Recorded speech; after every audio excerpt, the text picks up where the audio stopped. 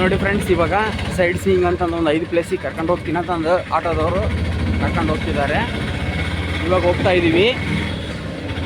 ಯಾವ್ಯಾವ 5 ಪ್ಲೇಸ್ ಅಂತಂದು ತೋರಿಸ್ತೀನಿ, ಬನ್ನಿ ನೋಡ್ಕೊಂಬರೋಣ. ಈಗ ಹೋಗ್ತಾ ಇರೋ ರೂಟ್ ಇದು.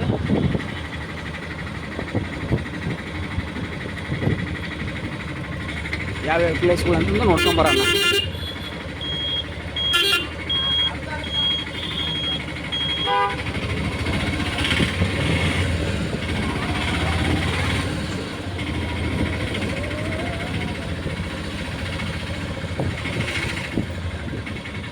ಇದು ದೇವಸ್ಥಾನ ಮುಂದಿರೋ ರೂಟ್ ಇದು.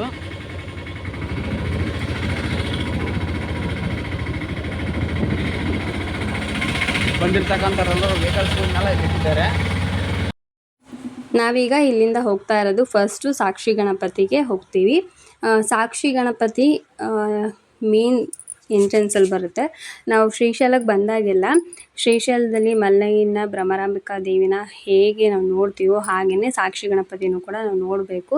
ಯಾಕಂತಂದರೆ ನಾವು ಈ ಕ್ಷೇತ್ರಕ್ಕೆ ಬಂದಿದ್ದೀವಿ ಅಂತ ಹೇಳ್ಬಿಟ್ಟು ಸಾಕ್ಷಿ ಹೇಳುತ್ತೆ ಗಣಪತಿ ಅನ್ನೋದೊಂದು ನಂಬಿಕೆ. ಹಾಗಾಗಿ ಇಲ್ಲಿ ಬಂದಿರೋರೆಲ್ಲ ಸಾಕ್ಷಿ ಗಣಪತಿಗೆ ಹೋಗ್ಬಿಟ್ಟು ಅಲ್ಲಿ ದರ್ಶನ ಮಾಡ್ಕೊಂಡು ಬರ್ತಾರೆ. ಕೆಲವೊಬ್ರು ಸ್ಟಾರ್ಟಿಂಗಲ್ಲೇ ಸಾಕ್ಷಿ ಗಣಪತಿಗೆ ಹೋಗಿ ಅಲ್ಲಿ ನಮಸ್ಕಾರ ಮಾಡಿಕೊಂಡು ಬರ್ತಾರೆ.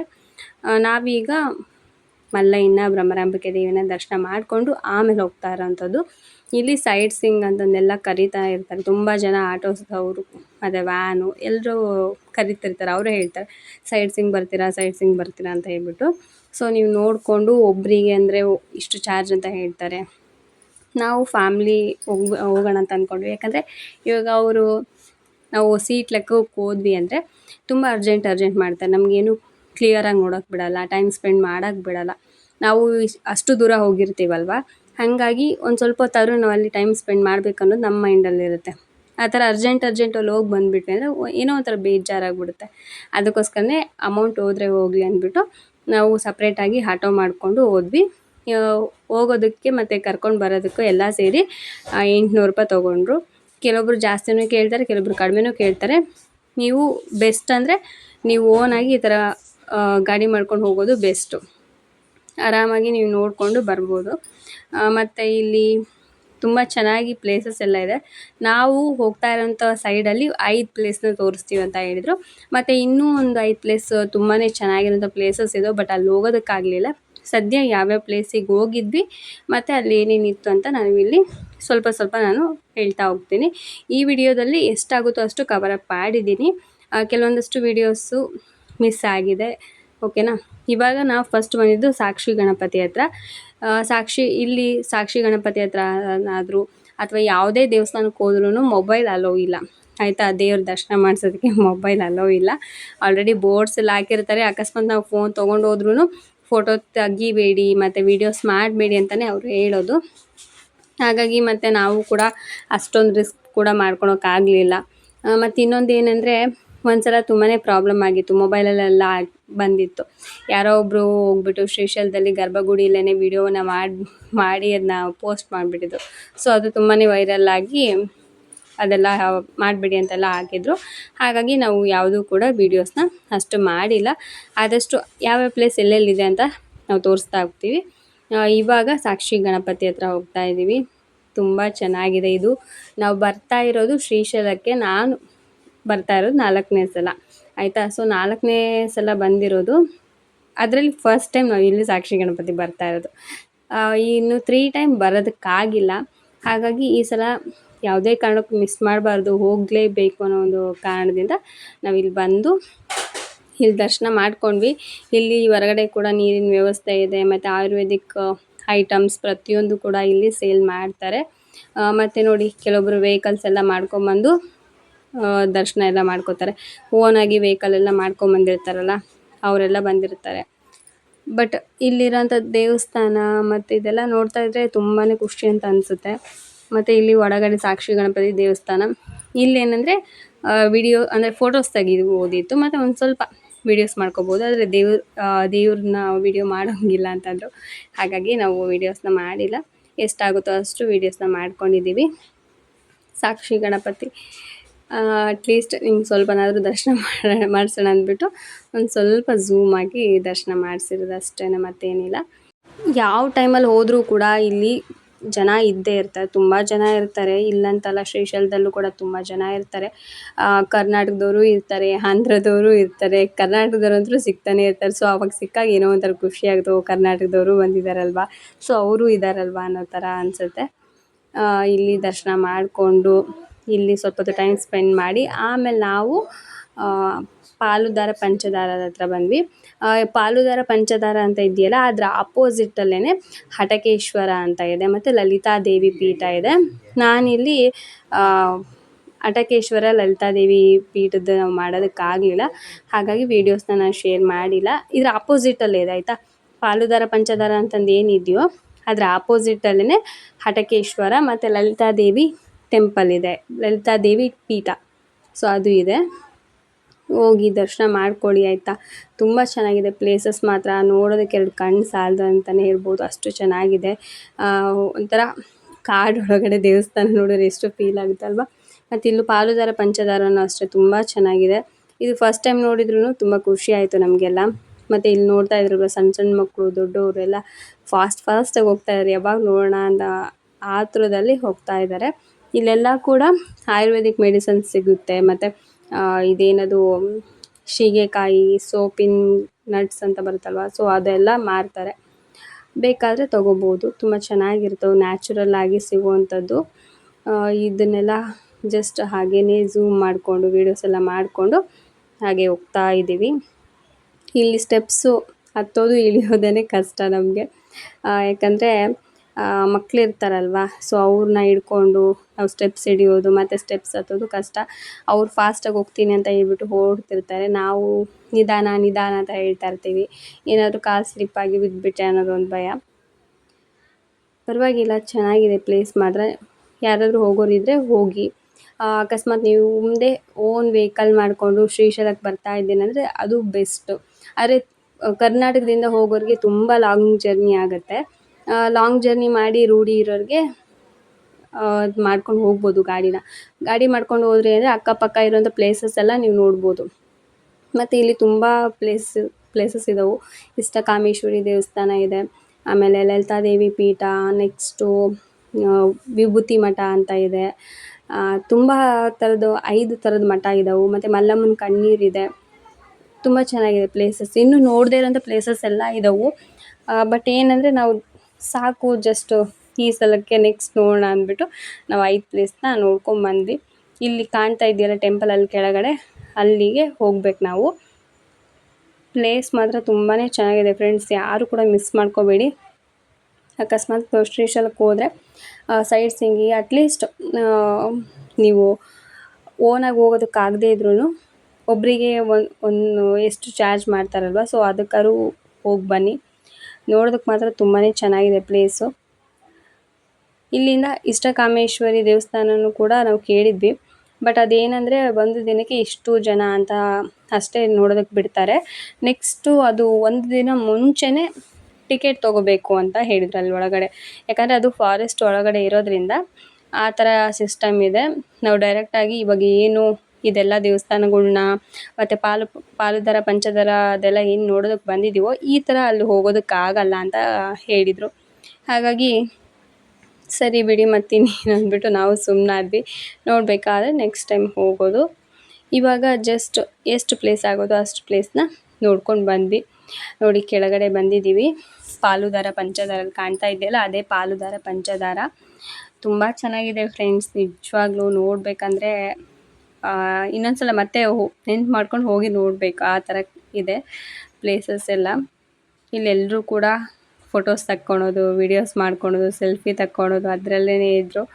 ಆಮೇಲೆ ಇಲ್ಲೊಂದು ಸಣ್ಣದೊಂದು ಟೆಂಪಲ್ಲು ಕೂಡ ಇದ್ದಾವೆ, ಅದನ್ನು ಕೂಡ ನೋಡಿಕೊಂಡು ನೆಕ್ಸ್ಟು ನಾವು ಮತ್ತೆ ಹೋಗಿದ್ದು ಶಿಖರೇಶ್ವರ. ಸೊ ಶಿಖರೇಶ್ವರನೂ ನೋಡಿದ್ವಿ. ಶಿಖರೇಶ್ವರನೂ ಈ ವಿಡಿಯೋದಲ್ಲಿ ನಾವು ಆ್ಯಡ್ ಮಾಡಿದ್ದೀನಿ, ನೋಡಿ ಆಯಿತಾ.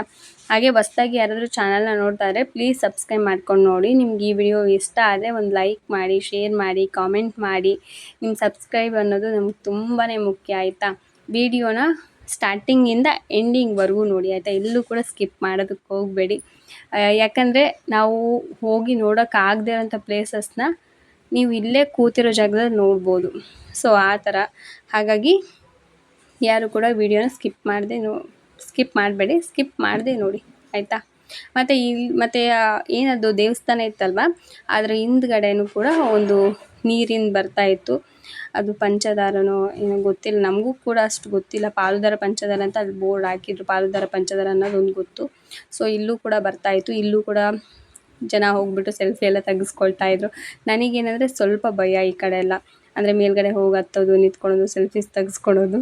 ಹಾಗಾಗಿ ನಾವು ದೂರನೇ ಇದ್ವಿ. ಎಷ್ಟಾಗುತ್ತೋ ಅಷ್ಟು ಝೂಮ್ ಹಾಕಿ ವೀಡಿಯೋಸ್ನೆಲ್ಲ ಮಾಡ್ಕೊಂಡಿದ್ದೀವಿ. ನಿಮ್ಗೆ ಇಷ್ಟ ಆಗುತ್ತೆ ಅಂತ ಅಂದ್ಕೊಂಡಿದ್ದೀನಿ. ಇಷ್ಟ ಆದರೆ ಒಂದು ಚಿಕ್ಕ ಲೈಕ್ ಕೊಡಿ. ನಿಮ್ಗೆ ಏನು ಅನಿಸ್ತು ಅಂತಲೂ ಕೂಡ ಕಾಮೆಂಟ್ ಮಾಡಿ ತಿಳಿಸಿ. ಇದು ವಿಡಿಯೋನ ನಾವು ಲೆಂತಿ ಮಾಡಿದ್ದೀವಿ, ಸ್ವಲ್ಪ ಲೆಂತ್ ಆಗುತ್ತೆ ವಿಡಿಯೋ. ಹಾಗಾಗಿ ಯಾರು ಕೂಡ ಸ್ಕಿಪ್ ಮಾಡಬೇಡಿ. ಲೆಂತಿ ಇದೆಯಲ್ಲ ಅಂತ ಹೇಳ್ಬಿಟ್ಟು ನಿಮಗೆಲ್ಲೂ ಕೂಡ ಬೇಜಾರಾಗೋದಿಲ್ಲ. ಪ್ಲೇಸಸ್ ತುಂಬಾ ಚೆನ್ನಾಗಿದ್ದವು, ಅದಕ್ಕೋಸ್ಕರನೇ ಲೆಂತಿಯಾಗಿದೆ ಅಷ್ಟೇ ವಿಡಿಯೋ. ನೋಡ್ತಾ ಇದ್ರಲ್ವ ಎಷ್ಟು ಚೆನ್ನಾಗಿದೆ. ಇಲ್ಲೆಲ್ಲ ಕೂಡ ಆಯುರ್ವೇದಿಕ್ ಮೆಡಿಸನ್ಸ್ ಸಿಗ್ತವೆ. ಒಂದೊಂದು ಗಿಡನೂ ಕೂಡ ಒಂದೊಂದು ಮೆಡಿಸನ್ ಆಗಿ ಅದು ಯೂಸ್ ಆಗುತ್ತೆ. ಆ ಥರ ಒಂದು ನಲ್ಲಮಲ ಫಾರೆಸ್ಟ್, ದೊಡ್ಡ ಫಾರೆಸ್ಟ್ ಅದು. ಇಲ್ಲಿ ಏನಂದರೆ ಜಾಸ್ತಿ ಚಿರತೆಗಳು, ಹುಲಿ, ಆಮೇಲೆ ಕರಡಿ ಈ ಥರದ್ದೆಲ್ಲ ಜಾಸ್ತಿ ಇರುತ್ತೆ. ಈವ್ನಿಂಗ್ ಆಗಿದ ತಕ್ಷಣವೇ ಯಾರೂ ಅಷ್ಟೊಂದು ಹೊರಗಡೆ ಓಡಾಡೋದಕ್ಕೆ ಹೋಗೋದಿಲ್ಲ. ಆ ಥರ ಇರುವಂಥ ಪ್ಲೇಸಸ್ ಇದೆಲ್ಲ. ಇಲ್ಲಿರೋರು ಹೇಗಪ್ಪ ಇರ್ತಾರೆ ಅನ್ನೋ ಥರ ನಮ್ಗೆ ಫೀಲ್ ಆಗುತ್ತೆ. ಯಾಕಂದರೆ ಇಂಥ ದೊಡ್ಡ ಫಾರೆಸ್ಟಲ್ಲಿ ಇರಬೇಕಂದ್ರೆ ಅವರು ಹೇಗಿರ್ತಾರೋ ಏನೋ, ಏನಾದರೂ ಬಂದರೆ ಹೆಂಗೆ ಹ್ಯಾಂಡಲ್ ಮಾಡ್ತಾರೋ ಅನ್ನೋದೊಂದು ಭಯ. ಆವಾಗ ವೀಡಿಯೋಸ್ ಎಲ್ಲ ನೋಡ್ತಿರ್ತೀವಿ, ಮನೆ ಮುಂದ್ಗಡೆ ಚಿರತೆ ಬಂತು, ಮನೆ ಮುಂದ್ಗಡೆ ಕರಡಿ ಬಂತು, ಹುಲಿ ಬಂತು ಅಂತ ಹೇಳ್ಬಿಟ್ಟು ಹಾಕ್ತಿರ್ತಾರೆ. ಒಂದು ಚಿಕ್ಕ ಮನೆಗಳಿದ್ರು ಕೂಡ ಅಲ್ಲಿ ಕ್ಯಾಮ್ರಾಸ್ ಎಲ್ಲ ಫಿಕ್ಸ್ ಮಾಡ್ಕೊಂಡಿದ್ದಾರೆ. ನಮ್ಮ ಕಡೆ ಎಲ್ಲ ಹೆಂಗಂದರೆ ದೊಡ್ಡ ಮನೆಗಳಿದ್ರೆ ಕಳ್ಳರು ಬರ್ತಾರೆ ಅಂತ ಹೇಳ್ಬಿಟ್ಟು ನಾವು ಕ್ಯಾಮ್ರಾಸ್ ಫಿಕ್ಸ್ ಮಾಡ್ತೀವಿ. ಬಟ್ ಇಲ್ಲೇನಂದರೆ ಚಿಕ್ಕ ಮನೆಗಳಿದ್ರು ಕ್ಯಾಮ್ರಾಸ್ ಫಿಕ್ಸ್ ಮಾಡಿರ್ತಾರೆ. ಮೇಯ್ನಾಗಿ ಹುಲಿ ಬರುತ್ತೆ, ಕರಡಿ ಬರುತ್ತೆ, ಚಿರತೆ ಬರುತ್ತೆ ಅಂತಲೇ ಫಿಕ್ಸ್ ಮಾಡಿರ್ತಾರೆ. ಅದು ನಿಜ. ನೈಟ್ ಟೈಮಲ್ಲಿ ಕೆಲವೊಂದು ಸಲ ಬರ್ತಾ ಇರ್ತವೆ. ನೈಟ್ ಟೈಮಲ್ಲಿ ರೋಡಲ್ಲೆಲ್ಲ ಓಡಾಡ್ತಿರ್ತವೆ ಅಂತಲೂ ಕೂಡ ಹೇಳ್ತಾರೆ. ಸೊ ಹಾಗಾಗಿ ನೈಟ್ ಟೈಮು ಹೊರಗಡೆ ಹೋಗೋದಾಗಲಿ, ಜರ್ನಿ ಮಾಡೋದಾಗಲಿ ಇಲ್ಲಿ ಅಲೋ ಇಲ್ಲ ಆಯಿತಾ. ಇಲ್ಲಿ ನೋಡ್ತಾ ಇದ್ರಲ್ವ ಎಷ್ಟೊಂದು ಜನ ನಿಂತ್ಕೊಂಡು ಸೆಲ್ಫೀಸ್ ಎಲ್ಲ ತೆಗೆಸ್ಕೊಳ್ತಾ ಇದ್ರು. ಏನೋ ಒಂಥರ ಖುಷಿ ಅನಿಸುತ್ತೆ ಫ್ರೆಂಡ್ಸ್, ಈ ಥರದ್ದು ಪ್ಲೇಸಸ್ ಎಲ್ಲ ನೋಡ್ತಾ ಇದ್ದರೆ. ನಮ್ಮನ್ನು ನಾವು ಕಳೆದೋಗ್ತೀವೇನೋ ಅನ್ನೋ ಥರ ಅನಿಸುತ್ತೆ. ಅಷ್ಟು ತಣ್ಣಗಿರುತ್ತೆ ವಾತಾವರಣ. ಇವಾಗಿನ ಬೇಸಿಗೆ ಗೊತ್ತಲ್ವ, ಎಷ್ಟು ಸೆಕೆ ಅನಿಸುತ್ತೆ, ಎಷ್ಟು ಬೇಸಿಗೆ ಇದೆ. ಸೊ ಇಂಥ ಟೈಮಲ್ಲಿ ಈ ಥರ ತಣ್ಣಗಿರೋಂಥ ಪ್ಲೇಸಿಗೆ ಬಂದುಬಿಟ್ರೆ ಏನೋ ಒಂಥರ ಖುಷಿ ಆಗುತ್ತೆ ನಮಗೆ. ಆ ಥರ ಖುಷಿ ಅನಿಸ್ತು ನಮಗೆ. ಈಗ ನಾವು ಶಿಖರೇಶ್ವರಕ್ಕೆ ಬಂದಿದ್ದೀವಿ. ಶಿಖರೇಶ್ವರ ಇದು ಮೇನ್ ಪ್ಲೇಸ್ ಅಂತಲೇ ಹೇಳ್ಬೋದು. ಶಿಖರೇಶ್ವರ ಅಂದರೆ ಮೇಲ್ಗಡೆ ಬಸವಣ್ಣ ಇರುತ್ತೆ ಚಿಕ್ಕದು, ಅದನ್ನು ಕೂಡ ನಿಮ್ಗೆ ತೋರಿಸ್ತೀನಿ.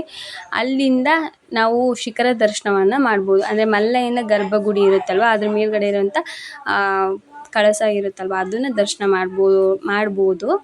ಅದು ಮೇನ್ ಏನಂದರೆ ಅದನ್ನು ದರ್ಶನ ಮಾಡಿದವ್ರಿಗೆ ಮೋಕ್ಷ ಅಂತ ಅರ್ಥ.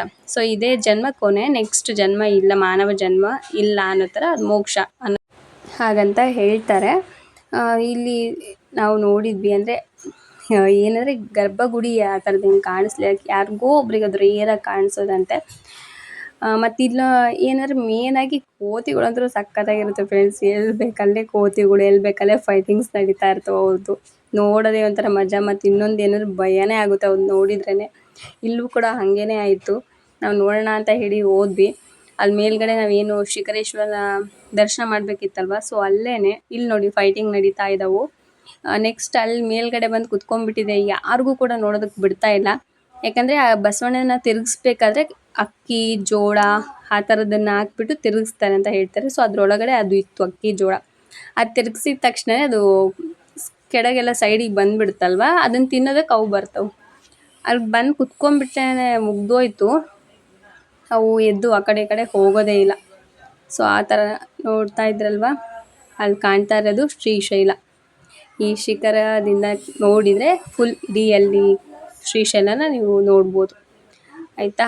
ಇಲ್ಲಿ ಬೈನೋಕ್ಯುಲರ್ ಕೂಡ ಇಟ್ಟಿರ್ತಾರೆ, ನೀವು ಬೇಕಾದ್ರೆ ಅದರಲ್ಲೂ ಕೂಡ ನೋಡ್ಬೋದು. ಮೇನ್ ಏನಂದರೆ ನಾವು ಬಸವಣ್ಣನಿಂದ ನೋಡೋದು ಮೇನ್. ಇಲ್ಲಿ ನೋಡ್ತಾ ಇದ್ರಲ್ವ ಕೋತಿಗಳು, ಇವೆರಡು ಕೋತಿಗಳು ಫ್ರೆಂಡ್ಸ್ ಹೆಂಗೆ ಮಾಡ್ತಾ ಇದ್ದಾವೆ ಅಂದರೆ, ಅದನ್ನ ಓಡಿಸೋದಕ್ಕೆ ಹೋದರೆ ಅವ್ರಿಗೆ ಮೇಲೇ ಹಾರೋದಕ್ಕೆ ಹೋಗೋದು, ಅವ್ರಿಗೇ ಒಂಥರ ಕಚ್ಚೋದಕ್ಕೆ ಹೋಗೋದು, ಹಂಗೆ ಮಾಡ್ತಾ ಇದ್ವು.